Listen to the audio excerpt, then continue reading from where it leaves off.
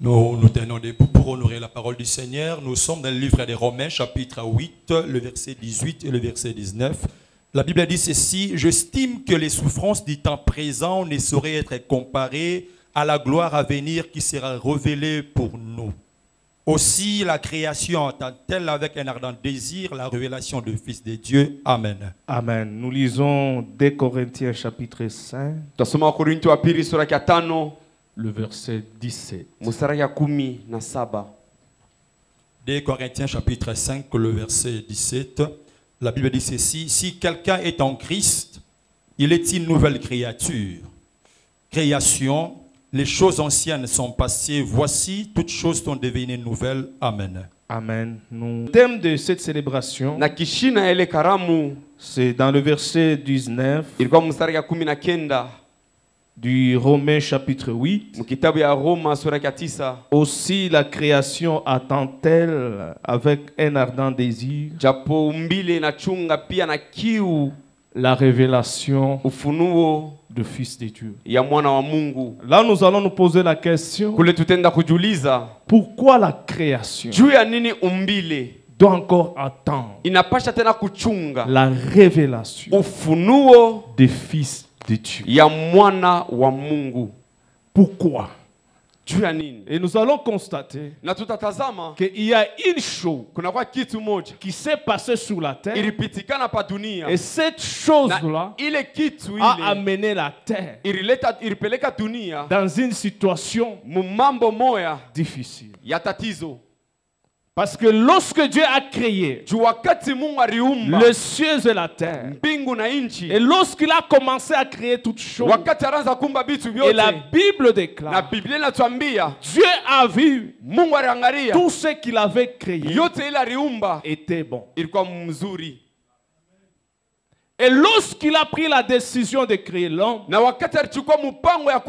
il a dit: faisons l'homme à notre image et à notre ressemblance, pour que l'homme domine.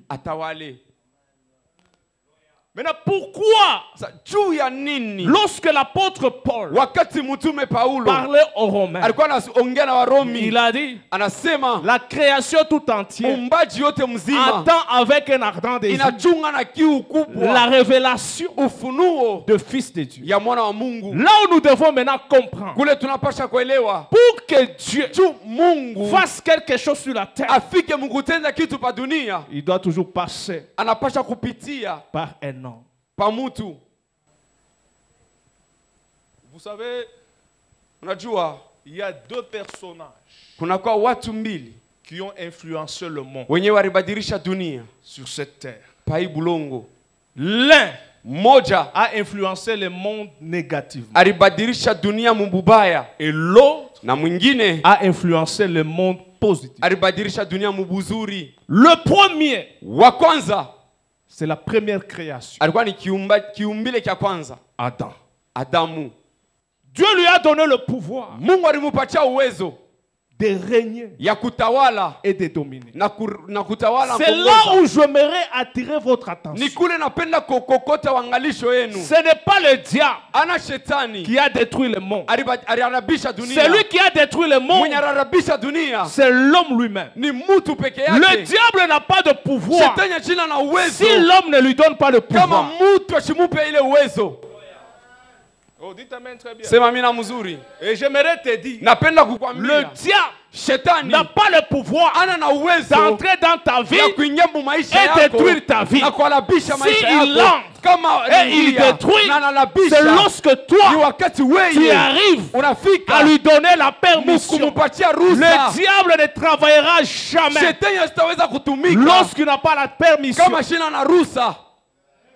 Même pour attaquer la vie de Job. Job était un homme juste et intègre. Le diable ne pouvait pas le détruire et l'attaquer. Le diable est entré dans la vie de Job lorsque Dieu lui-même a donné la permission au diable. Dites amen très bien. Donc le diable opère là, on compare avec lui. Oh, dites amen très bien. Même les sorciers ne peuvent pas te détruire si tu coopères avec eux. Hata balosha hawezi kukuharibisha kama upatane nabo. Oh, dites amen très bien. Sema mina mzuri. Même la Bible dit le diable rôde autour de nous comme un lion rougissant, cherchant qui dévorer. Hata Biblia inasema shetani anazunguka katikati yetu kama simba anakuwa na ungulume anatafuta nani ule atakula. C'est lui qui lui donne la permission. Sasa mwenye anamupa ruhusa, Il entre et il détruit. anaingia na labisha. C'est comme ça qu'il a détruit le monde. Ndio vile analabisha dunia. C'est pourquoi il a détruit la terre. Ndio kwa maana analabisha udongo. Lorsque Ève lui a donné la permission Wakati Hawa alimpatia ruhusa de l'écouter ya kumshikia et d'agir, na kutenda. c'est pour ça que tu vas faire très attention. Ni kule unapasha kukeba ange. Vous savez, les gens qui ont permis le diable à entrer dans leur vie et de détruire, ce sont les gens là qui crient fort pour envoyer le feu dans le monde éternel. Mnacha wale watu walimpatia shetani ruhusa kuingia maisha yao, ni bale watu weko nalalamika zaidi na kutupa moto mkambi la giza. Le diable ne peut pas te détruire. Shetani hasiwezi kualabisha si tu lui donnes pas la permission. kama umpatie ruhusa. Et Dieu aussi ne peut pas te bénir. Na Mungu pia hasiwezi kubariki si tu lui donnes pas la permission d'entrer dans ta vie. Kama umpatie ruhusa aingie mu maisha yako. Oh, dites amen. Sema amina mzuri. Toutes vérités sont parallèles. Ukweli yote inaenda pamoja. Donc le centre de toutes choses c'est l'homme. Kishina ya mambo yote inakuwa ni mtu. Si tu décides d'être béni, tu seras béni. Kama unachukua mpango wa kubarikiwa utabarikiwa. Si tu décides d'être maudit, tu vas rester toujours dans la malédiction. Kama unachukua mpango wa kulaaniwa utabakia kila siku mlaana. Le diable amène la malédiction. Shetani analeta laana. Dieu amène le cortège de bénédiction. Mungu analeta mlolongo ya baraka. Pour que le diable amène la malédiction, ili shetani afike mkuleta laana, il faut coopérer avec lui. Inapasha kupatana naye. Même si ce n'est pas toi. Hata kama ina wewe. Peut-être un membre de votre famille. Sasa zingine member wa jamaa yako. Il avait coopéré avec le diable. Alipatanaka na shetani. Il a construit des hôtels anajenga mazabao qui contrôlaient vos familles et vos vies. Ilikuwa anachunguza majamaa yenu na maisha yenu. Jusqu'aujourd'hui, na kufika paka leo, ces hôtels-là ile mazabao hii ont de l'influence. Inakuwa na mafaida. Amen. Amina. Amen. Amina. Amen. Par qui le péché est entré dans le monde? Par nani nzambi linga mu dunia? Qui avait mangé les fruits? Nani alikuraka tunda? C'est toi. Ni wewe. C'est qui? Adam a mangé les fruits. Adam alikula tunda. Mais nous souffrons. Lakini sisi tunateseka.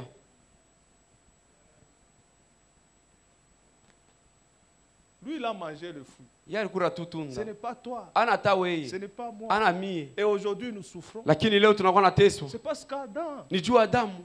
Il a mangé. Alikula. Alishikia bien. Mais wewe kuna teso yamu. Shibota watu kuna teso. Parce qu'un seul homme. C'est pourquoi la Bible dit. Par la désobéissance. D'un seul homme. La mort est entrée.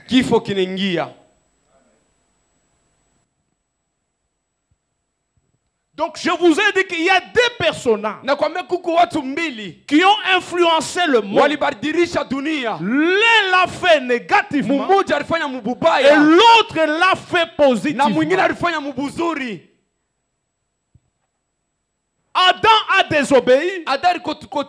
Le monde où la terre est entrée dans le chaos. Les gens souffrent. Il y a la méchanceté. Il y a la haine. Il y a la jalousie. Il y a des mauvaises choses. Les gens s'entretuent. Parce qu'une seule personne a désobéi. Mais ce matin, j'ai une bonne nouvelle. J'ai dit, j'ai une bonne nouvelle. C'est ce que je veux te parler ce matin. Si Adam a désobéi, il y a aussi le second Adam. Lui n'a pas désobéi. Lui a obéi. J'ai dit, lui a obéi. Et lorsqu'il a obéi, il est venu changer. Il est venu transformer. Là où il y avait la malédiction, lui amène la bénédiction. Là où il y avait des problèmes, lui amène la solution. Là où il y avait la désolation, lui amène la consolation. Là où il y a la perte, lorsque lui arrive, il amène le succès.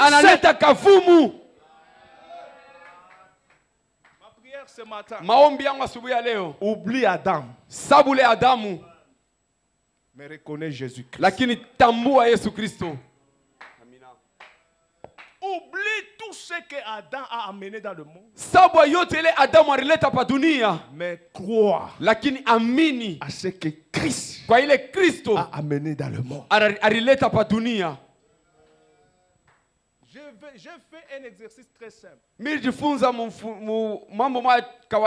à l'heure, j'ai fait un exercice très simple. Celui qui a mangé le fruit, c'est Adam. Mais nous tous, nous souffrons. Mais Christ, lui, n'a pas mangé le fruit. Lui, il est venu apporter la lumière. À combien plus forte raison? Cette lumière-là peut aussi affecter ta vie. Si le péché d'Adam a affecté ta vie, à combien plus forte raison l'obéissance de Jésus ne peut pas affecter ta vie. C'est pourquoi je parle à quelqu'un. Christ va affecter ta vie. Christ va changer ta vie. Christ va transformer ta vie. Christ va changer la malédiction en bénédiction. Que personne ne te trompe. Personne ne peut être au-dessus de Jésus. Jésus, il est Jésus. De la même manière, Moïse a élevé le serpent dans le désert. Tout celui qui était mordu, qui devait mourir, lorsqu'il regardait au serpent derrière, il était guéri. De la même manière, Jésus-Christ aussi est élevé ce matin dans cette église. Tout celui qui regarde à Jésus, quelle que soit sa situation, il sera béni, il sera visité. Sa vie va changer. Sa situation va changer. Regarde à Jésus. Ne regarde pas aux effets d'Adam. Regarde les effets que la croix de Jésus nous a amenés dans ce monde. La croix de Jésus nous a amené la bénédiction. C'est pourquoi la Bible dit, lui qui était riche, il s'est fait malédiction pour nous enrichir. Ne regardez pas à ce que Adam nous a amené. Mais regardez à ce que Christ nous a amené. Il nous a amené la vie. Moi, je n'ai pas besoin que tu m'expliques quoi que ce soit. Moi, j'ai besoin de regarder à Jésus. À chaque fois que j'avance, je ne regarde pas tout ce qui est autour de moi. Mais à chaque fois que j'avance, je regarde à l'œuvre de la croix. Sachez, n'avait pas besoin d'autre chose que de voir Jésus. Même si Satan ne pouvait pas lui permettre, mais il a trouvé la solution de regarder, de voir Jésus. Jésus l'a vu et Jésus s'est invité lui-même dans sa maison. Ma soeur, mon frère, regarde à Jésus. Peu importe ce que le monde peut dire de toi. Mais toi, regarde à Jésus. Le monde va te rappeler seulement ce que Adam avait fait. Le monde va te rappeler ce que tes parents ont fait. Pour vous dire que c'est pourquoi vous souffrez. Mais ce matin, je te dis, même si tu souffres, ce n'est pas un problème. Regarde à Jésus. Je dis regarde à Jésus. Il va transformer ta vie. Il va changer ta vie. Il va élever ta vie. Il va honorer ta vie. Il va positionner ta vie là où il est, là où nous sommes, tel qu'il est, tel que nous sommes. Alors j'aimerais te dire, avance. Celui qui est en Christ, il est devenu une nouvelle création. Les choses anciennes Bitu vya zamani sont passés. Binapita. Voici. Tazama. On est en train maintenant de démontrer. Pale beko naonesha sasa. Voici. Tazama. Toute chose. Bitu byote. Quand on dit toute chose. Kama wanasema bitu byote. C'est toute chose. Ni byote. Quand on dit tout. Kama wanasema byote. C'est tout. Ni yote. Il n'y a pas de choses. Hakuna bitu. Qu'on a exclu. Banaweka pembeni. Mais on a dit toutes lakini basa bitu byote. Toutes choses. Bitu byote sont devenues nouvelles. Binakuya bipya. S'il y avait la malédiction, mais la présence de Jésus va amener directement italeta paka pale mabadiriko. Ne crois pas hapana kuamini à ce que Adam a amené, kwa vile Adamu alileta, mais crois à ce que Christ. Lakini amini kwa ile Kristo. Si tu as Christ, kama kuna Kristo, tu as l'assurance. Una uhakikisho. Moi j'aime l'assurance en Jésus. Mimi napendaka uhakikisho ndani ya Yesu. Qui nous séparera? Nani atatuachanisha de l'amour de Dieu? Na mapendo ya Mungu. Ce n'est ni la tribulation, haina hata mvuruko, ni les angoisses, wala mauzuni, ni la mort, wala kifo, ni la vie, wala uzima, ni les choses présentes, wala bitu vya leo, ni les choses à venir, wala bitu vya kesho. Rien hakuna ne pourra haiwezi nous séparer kutuachanisha de l'amour na mapendo de Dieu ya Mungu manifesté en Jésus-Christ. Celui qui a Christ, il a l'assurance de vie. Même là où les autres voient la mort, même si tu vois la mort, tu as l'assurance. J'aimerais que toi aussi, tu puisses avoir cette assurance. Cette assurance. Ni la domination, ni les principautés. Quand on dit les principautés, ce sont des princes qui dirigent le système du monde. Lorsqu'ils décident d'être, mais si tu as Dieu, ce qui peut terroriser d'autres personnes, ça ne peut pas te terroriser, parce que la présence de Jésus-Christ suffit. C'est vrai que si tu as Christ, tu as l'assurance.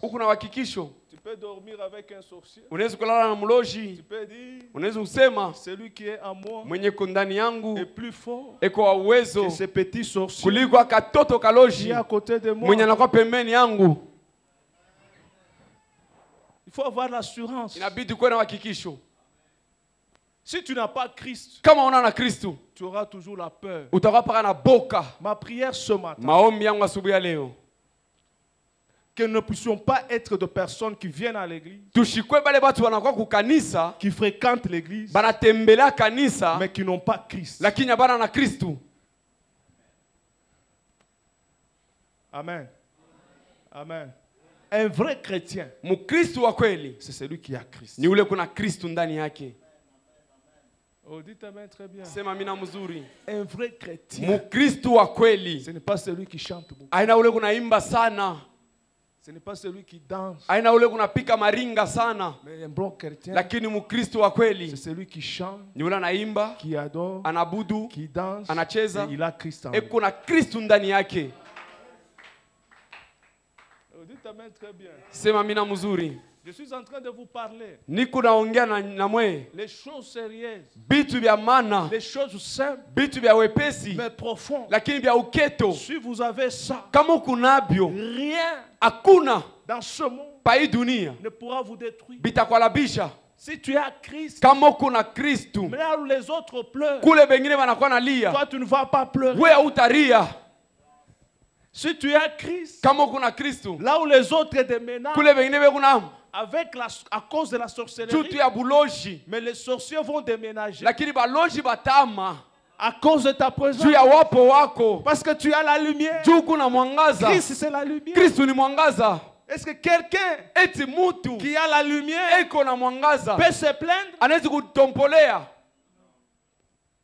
Pourquoi vous vous plaignez? Parce que Christ n'est pas en vous. Parce que si Christ était en vous, vous devez dégager cette lumière. Parce que les sorciers sont dans les ténèbres. Mais toi tu apportes la lumière.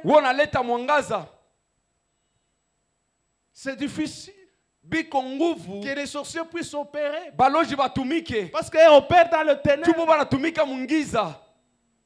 Que tu reçoives la lumière ce matin. Que tu amènes la lumière dans ta famille. Pour que ceux-là qui travaillaient dans le ténèbre ne puissent plus travailler. Parce que Christ c'est la lumière. C'est pour cela qu'un jour, Christ a dit aux disciples, si la lumière qui est en vous est ténèbre, avec quoi vous allez éclairer le monde? C'est ce que l'Église a fait. Au lieu de proclamer la lumière, elle proclame les ténèbres. C'est-à-dire l'Église élevait le monde des ténèbres. L'Église élevait les sorciers. Et l'Église élevait les occultistes. Là où les gens partent à l'église, au lieu d'écouter Jésus, ils écoutaient plus que les sorciers que Jésus. Et on a mis l'église dans la peur. Les gens vivent dans la peur, dans le tourment. Ils n'arrivent pas à se faire confiance. Parce que l'église n'a pas donné ce qui est lumière, mais l'église a proclamé ce qui est ténèbres. Jésus-Christ qui était la lumière, il a éclairé ceux qui étaient dans le ténèbre, ceux qui étaient dans le péché. Jésus-Christ ne les avait pas chassés. La lumière qui était en lui, cette lumière les a éclairés. C'est pourquoi lorsqu'il a rencontré Zachée, le voleur d'impôts, et tout le monde ne voulait pas les recevoir, mais Jésus, lorsqu'il a regardé Zachée, il a dit Zachée, je vais entrer dans ta maison aujourd'hui. Parce que lui, il avait la lumière. Et lorsqu'il est entré dans la maison et dans la vie de Zachée, sans exhortation, la lumière qui était en Jésus a transféré la vie de Zachée, a pris la décision de prendre ses biens qu'il a eu dans le vol et de les donner aux pauvres. Mais nous, ce qu'on a reçu, c'est les ténèbres. Pour condamner. Si la lumière que tu appelles lumière est ténèbre en toi, vous savez, celui qui a la véritable lumière, là où il voit les ténèbres, mais la lumière transforme les ténèbres en bien. Si tu as l'habitude de voir le mal partout, c'est-à-dire en toi, tu n'as pas la lumière, tu as les ténèbres. Parce que si tu es lumière, tu vas changer. Là où il y a les ténèbres, ça devient lumière.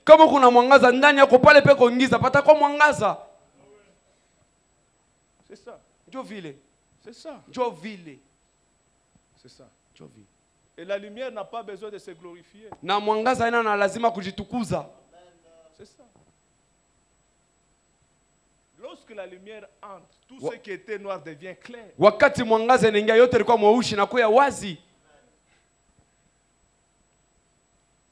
Ma prière ce matin, ne regardons pas aux effets d'Adam. Regardons à ce que Christ a fait. Christ est venu apporter la lumière au monde. Soyons de personnes qui apportent la lumière. De personnes qui peuvent donner le goût au monde de vivre. Aujourd'hui, si vous regardez ce qui se passe dans le monde, c'est-à-dire on se sent délaissé, abandonné, et on ne sait pas ce qui peut arriver dans 2 ou 3 minutes, 2 ou 3 secondes, on ne sait pas. Mais nous, en tant qu'enfants de Dieu, en tant qu'enfants de la lumière, nous devons éclairer ceux qui ont peur. Nous devons relever ceux qui tombent. Nous devons leur présenter la véritable lumière. C'est ça la vraie révélation du Fils de Dieu. Le vrai Fils de Dieu, c'est ceux qui apportent la lumière. La lumière que Jésus a apportée. Adam Adamu a apporté le ténèbre, alileta giza, mais Jésus-Christ lakini Yesu a Kristo apporté la lumière alileta mwangaza par l'obéissance. kupitia utiifu. Amen. Amen. Ne sois pas un chrétien qui vient à l'église, sois un chrétien pratiquant la parole de Dieu. Hapana kuya mukristo tu mwenye anakuwa kukanisa, lakini kuya mukristo mwenye anatumikia neno la Mungu. Le monde a besoin de personnes qui posent des actes. Dunia kuna lazima na batu wanaweka matendo. Être chrétien, ce n'est pas écrire des paroles sur les réseaux sociaux. Être chrétien, c'est donner la vie pour les autres. Les autres n'ont pas besoin de ce que tu écris, mais les autres ont besoin de ce que tu vis. Amina. Parce que pour le moment, tout le monde est devenu prédicateur. On peut les retrouver partout. Mais le prédicateur qui prêche avec les actes, on ne les retrouve pas partout. Tout le monde. De devenir prédicateur. Mais si le monde avait le vrai prédicateur, des personnes qui influencent par leur caractère, par leur bon comportement, qui présentent Christ,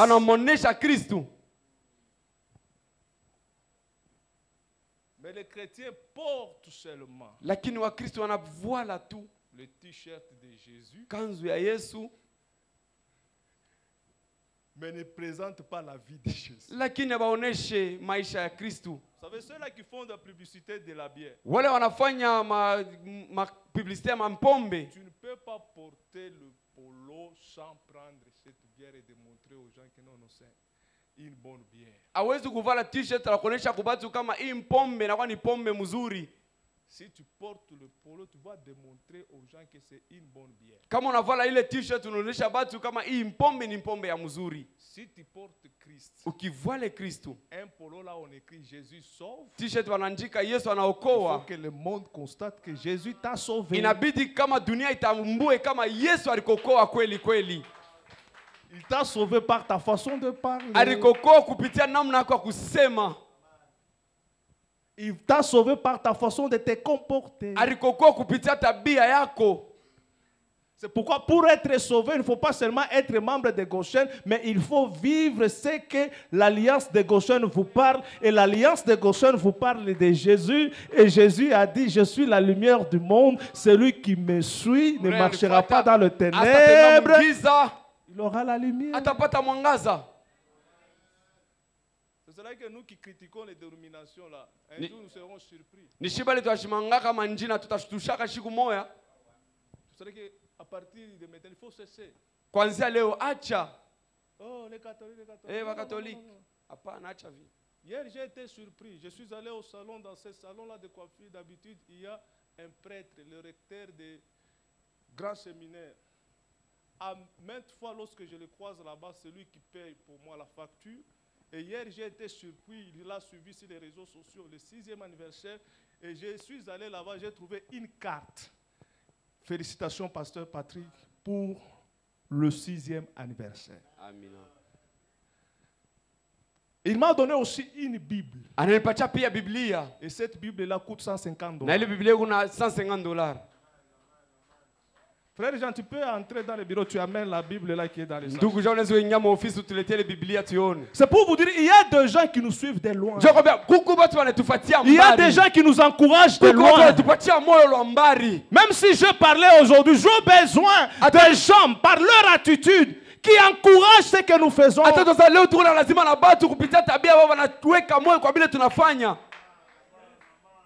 C'est ça. Nous devons présenter cette lumière au monde. C'est hier que j'ai compris que je ne suis pas pasteur de Goshen seulement, mais je suis le pasteur de tout le monde. Si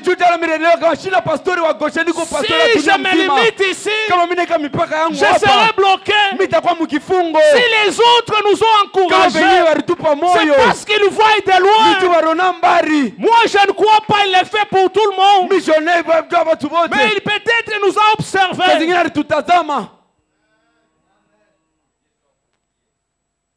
vrai que j'aimerais aussi vous encourager. Si vous venez ici, vous voyez la Bible est là. Il a même écrit sur la Bible les paroles d'encouragement. Révérend pasteur Patrick, gloire à Dieu. Pour les 6 ans du ministère au service de Dieu. Et pour le salut des âmes. Il a écrit. Ceux qui étaient là à la célébration. Les ambassadeurs là du travail. Tous ceux qui ont déclaré.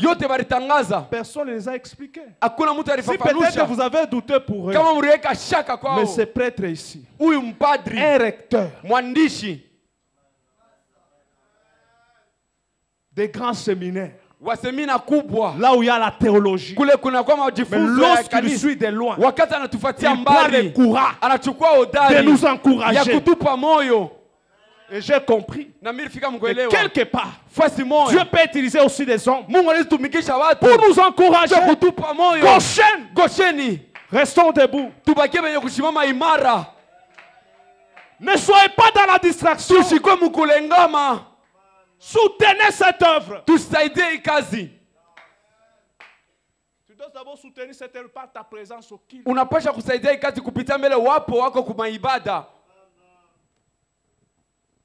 Ne regardez pas les effets d'Adam.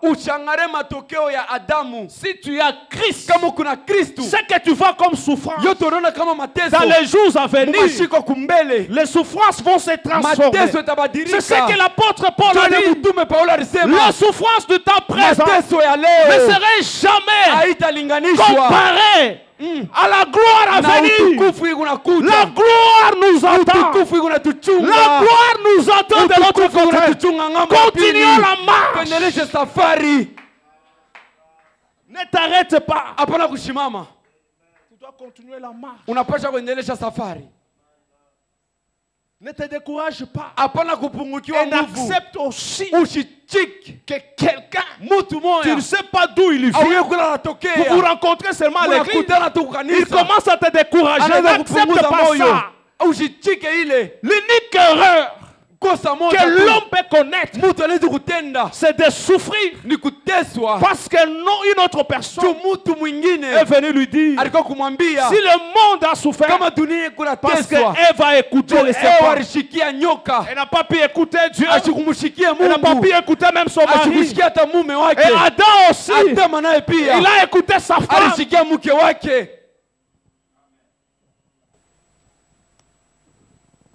Il faut savoir ce que nous écoutons. Nous écoutons quoi? Parce qu'à nous, il y a déjà une conscience que Dieu a placée.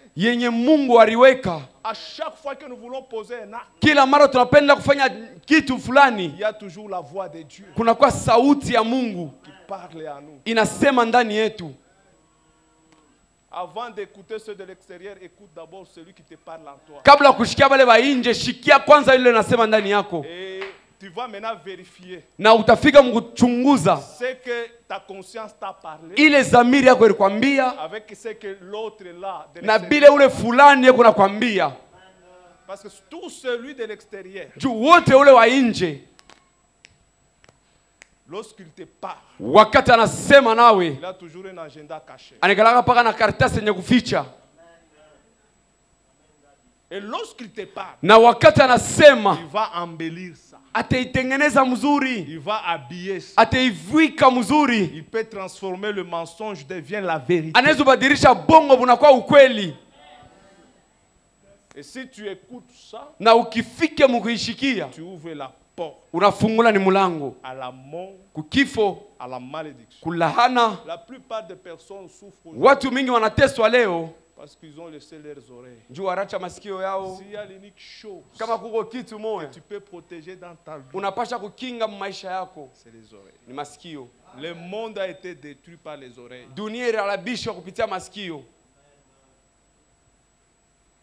Parce qu'elle va écouter. Toi aussi, si tu veux détruire ta vie, beaucoup de filles ici, parce qu'on les avait dit de bonnes choses. Regarde, angaria. La voiture là qui passe. Ile motoke inapita. C'est lui qui l'a enterré. Ule kondani. C'est mon oncle paternel. Ni muyomba yangu. C'est lui que je t'avais parlé. Ule mwenye nilikuoneshaka ile shiku. Lui il m'a déjà dit. Yasha kunyambia si tu sema. trouves une femme. Ukipate tu bibi. Moi-même je veux faire tout. Mimi mwenye nitafanya biote. Tu écoutes. Unashikia. Oh, japo un homme responsable. Mutu mwashi na madaraka. S'il veut t'engager. Mutu kama fia il n'a pas besoin. Ana lazima. Qu'une autre personne. Mutu mwingine puisse afike. Doter à sa place. Kumupelekea mali pa fashi yake.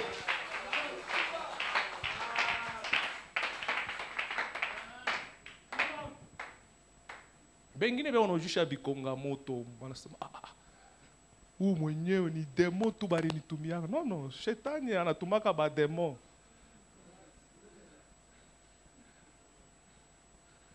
Anabie tu muntu le muntu anaenda kubeba mkocha mwenzake anavala bilato anatoka sema natokea mu Norvège.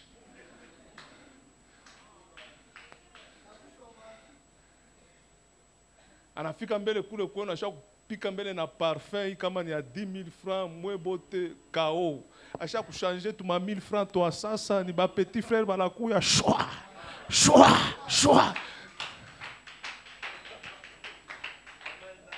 Jo mama parece Irene umpache ko baba kichi baba na anafika mkichi anekala naweka na mkono hivi. Kila to acha kusire. Ndevu acha kutrace. Aba kutrace mandevu hapo.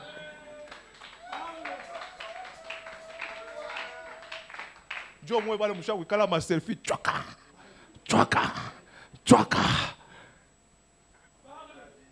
Jo una Biblia ki amangaribi. So kimo moninga bali sepela. Ba jaloux ba komegrir. Kumbe unajua sema ni corbeau et le renard.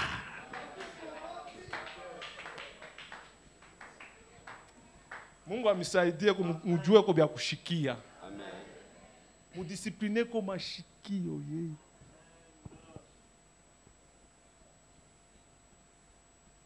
Que Dieu vous bénisse. Que Dieu vous bénisse. Pas que les mashikio moya hii. Il détruire monde. Mungu na yeye anapenda a utiliser les mashikio. C'est pour cela qu'il vous envoie cette parole. Si tu écoutes la parole, tu le mets dans ton cœur. C'est pour cela que l'église a la responsabilité de savoir ce que l'église doit prêcher.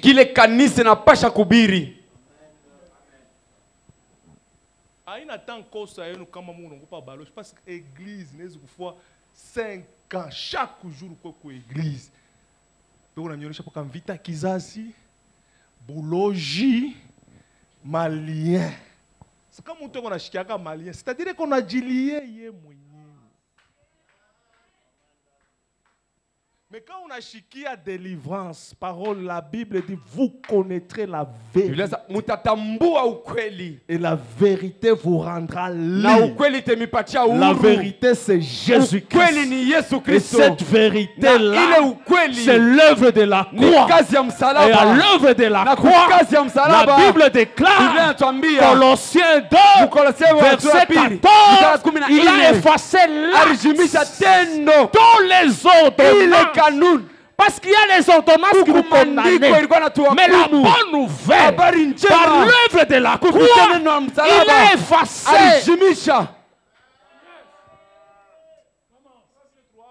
Après avoir fondé géographie, professeur Amata anakuya anasema effacer les tableaux. On avait effacé géographie, on a effacé, tunaanza bintu bia ça. C'est comme ça.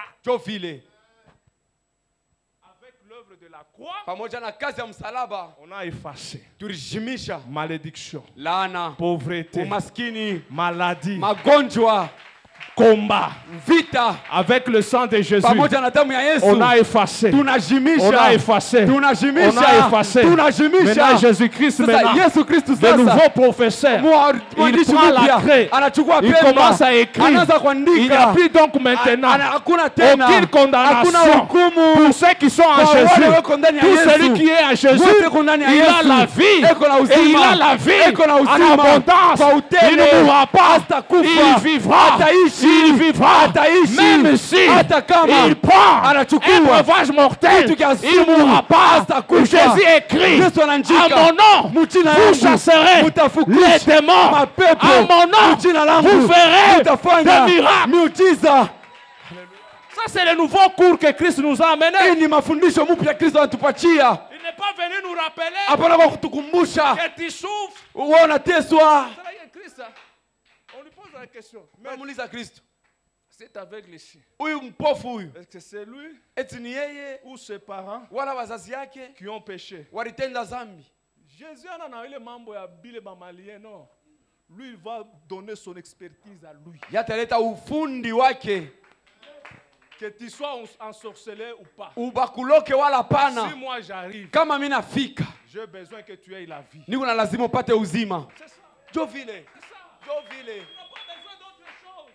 n'as pas besoin d'autre chimie. Tu n'as pas besoin de mélange. C'est pourquoi lorsque je te vois déjà très loin. Je te vois dans la bénédiction. Je te vois assis au point du Père. Que Dieu te garde. Que la puissance de Jésus te soutienne. Quels que soient les combats, quelles que soient les difficultés, comme Christ marche avec toi, on ne te verra pas. On verra Christ sur ton chemin.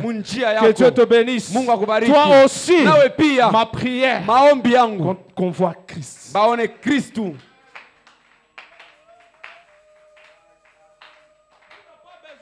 Dans l'Ancien Testament, lui, il est la nouvelle alliance. Il est la nouvelle alliance. Agano jipya. Unajikomplike bule wewe mwenyewe. Vous savez, la vie chrétienne.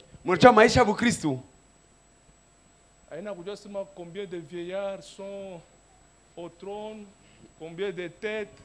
Non, non, Adam a couru à pomme, Zambi nengi. Yesu anakufa kumusalaba, bujima bunengi.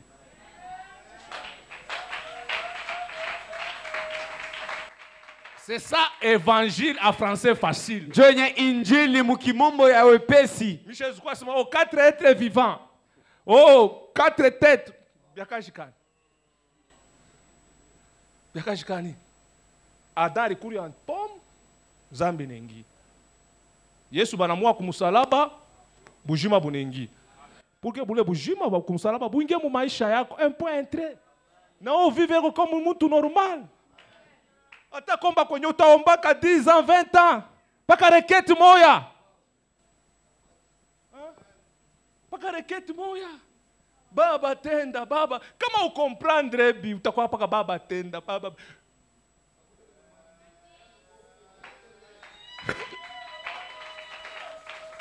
Je vous ai dit, le diable opère là où nous coopérons avec lui.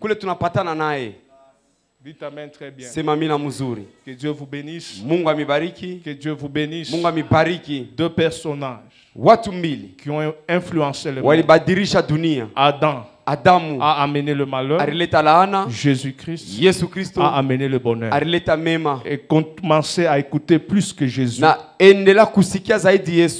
ignorer ce que Adam a fait. Et là, vous allez mener une vie de victoire. Une vie de consolation. Même si tu es dans le problème, la présence de Jésus va t'apporter la paix.